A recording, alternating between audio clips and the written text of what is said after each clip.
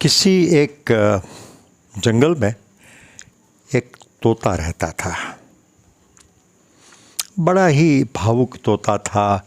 ईश्वर की प्रार्थना करता था, ईश्वर का नाम लेता था और बहुत सादगी से बड़ा सात्विक जीवन जीता था। एक दफ़े वहाँ से नारद मुनि गुजरे तो तोते ने नारद जी को देखा, प्रणाम किया और कहा कि आप बैठिए, मैं आपको 2-3 फल ला के दूँ। तो नारद जी ने कहा, भाई ठीक है, तुम अपना करो काम, मैं तो चलता फिरता आदमी हूँ, मुझे रुकना नहीं है। बोलते हैं कि नारद जी आप तो हर जगह जाते हैं। कि बोलते हैं कि हाँ, मेरा एक काम करिए। तो बोलो।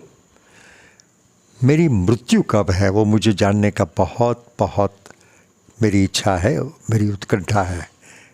तो मुझे जानना है कि मेरी मृत्यु कब है। तो नारद जी ने पूछा कि भाई तुम्हें ये क्यों जानना है। बोलते हैं कि बस मुझे और कोई मेरी इच्छा नहीं है, मुझे कोई और मनोकामना मेरी नहीं है, मैं सब कुछ कर चुका हूँ, बस मुझे एक जानना है कि मेरी मृत्यु कब है। तो नारद जी ने कहा ठीक है, मैं जान के तुम्हें बताऊंगा। तो बोलते हैं कि ठीक है। तो नारद जी तो फिर निकल पड़े अपनी वीणा लेके, नारायण नारायण बोलते बोलते बोलते वो ब्रह्मा जी के पास पहुँचे। तो बातचीत हुई ब्रह्मा जी के साथ, काफ़ी देर तक रहे। फिर अचानक उनको याद आया कि भाई ब्रह्मा जी, एक आपसे पूछना था। बोलते पूछो पूछो महाराज। बोलते हैं कि एक तोता है, वो फला फला जंगल में फला फला पेड़ पर रहता है और उसको एक इच्छा है जानने की कि उसकी मृत्यु कब होगी। तो ब्रह्मा जी ने सोचा फिर कहे कि उसे ये क्यों जानना है। बोलते हैं कि भाई मैंने भी वही पूछा, मगर उसे जानना है।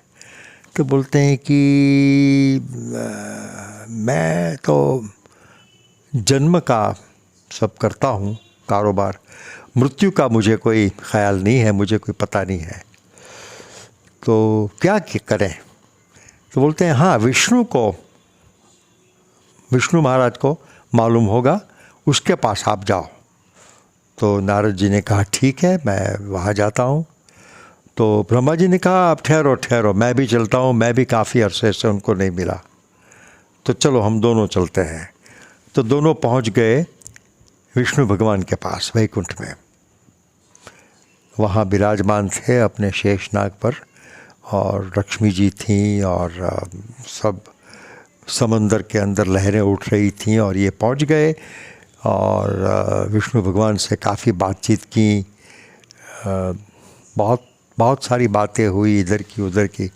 फिर जब प्रयोजन पूछा विष्णु ने कि भाई आप ऐसे ही आ गए या कुछ दोनों कोई ख़ास काम के लिए आए हैं। तो नारद जी ने बताया कि भाई बात ऐसी है कि एक तोता है और ये जो तोता जो है वो हमेशा उसको एक ही बस इच्छा है जानने की कि मेरी मृत्यु कब है। ये बड़ी विचित्र इच्छा है, मगर उसे ये जानना है। तो अब ये जानने के लिए मैं ब्रह्मा जी के पास गया तो ब्रह्मा जी को तो मालूम है नहीं। तो उन्हें कहा कि शायद आपको मालूम हो, तो इसलिए हम दोनों आपसे मिलने आए। तो विष्णु भगवान ने सर खजाया। बोलते हैं कि भाई मैं तो मेंटेन करता हूँ सब, ये मृत्यु का तो मेरे पास कोई रिकॉर्ड है नहीं, मेरे पास कोई फोरकास्टिंग वगैरह है नहीं, मैं कुछ बता नहीं सकता आपको। हाँ, शंकर भगवान वो संहारक है, वो सब जानते होंगे, आप उनके पास चले जाइए। तो नारद जी ने कहा ठीक है, मैं जाता हूँ। तो ब्रह्मा जी ने कहा अरे भाई, उनको भी देखे हुए काफ़ी अरसा हो गया, मैं भी चलूँ आपके साथ। तो विष्णु कहते हैं आप दोनों जा रहे हैं तो मैं भी चलूँ, चलो सत्संग हो जाएगा, सब मिल के बैठेंगे। ठीक है। तो अब 3, नारद जी, ब्रह्मा जी और विष्णु भगवान, तीनों शंकर भगवान के पास कैलाश पहुँचे। शंकर ने सबको आओ स्वागत किया, बैठे, गपशप की। काफ़ी अरसे के बाद प्रयोजन पूछा कि भाई आप तीनों आज अचानक कैसे आ गए। फिर नारद ने फिर सब पूछा कि भाई एक तोता है, इसकी वजह से हम सब इकट्ठे हुए हैं और अब आपके पास आए हैं, तो आप ज़रा बताएं, आप हमारी आखिरी उम्मीद है, बस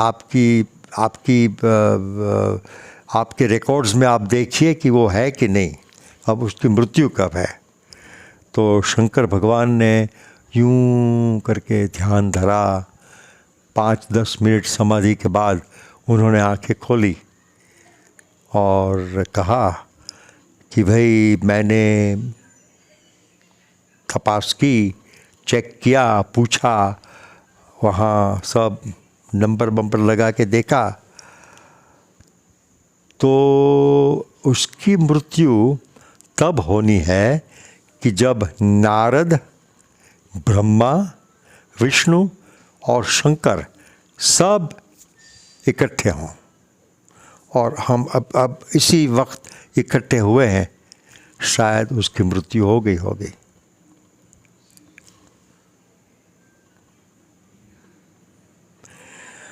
तो ये बात जो है वो हमें, हमारे एक मित्र आए थे भारत से, मित्र बने थे, भारत से आए थे मेहमान बन के, उन्होंने मुझे ये कहानी बताई थी। और फिर उसका निष्कर्ष ये था कि ऐसी क्यूरियोसिटी, जिज्ञासा नहीं रखनी चाहिए कि जो अपने काम की न हो, क्योंकि ये अगर ये पूछता नहीं तो नारद मुनि इन तीन को इकट्ठा न करते, ये तीन को इकट्ठा न होते, तीन इकट्ठे न होते तो तोता शायद बहुत साल तक जीता, शायद अमर बन जाता। तो ऐसे फजूल के ख्याल नहीं आने चाहिए, बस अपनी ज़िंदगी में मस्त रहो, जो अपने काम की बात नहीं है उसे छोड़ो, उसकी चिंता मत करो।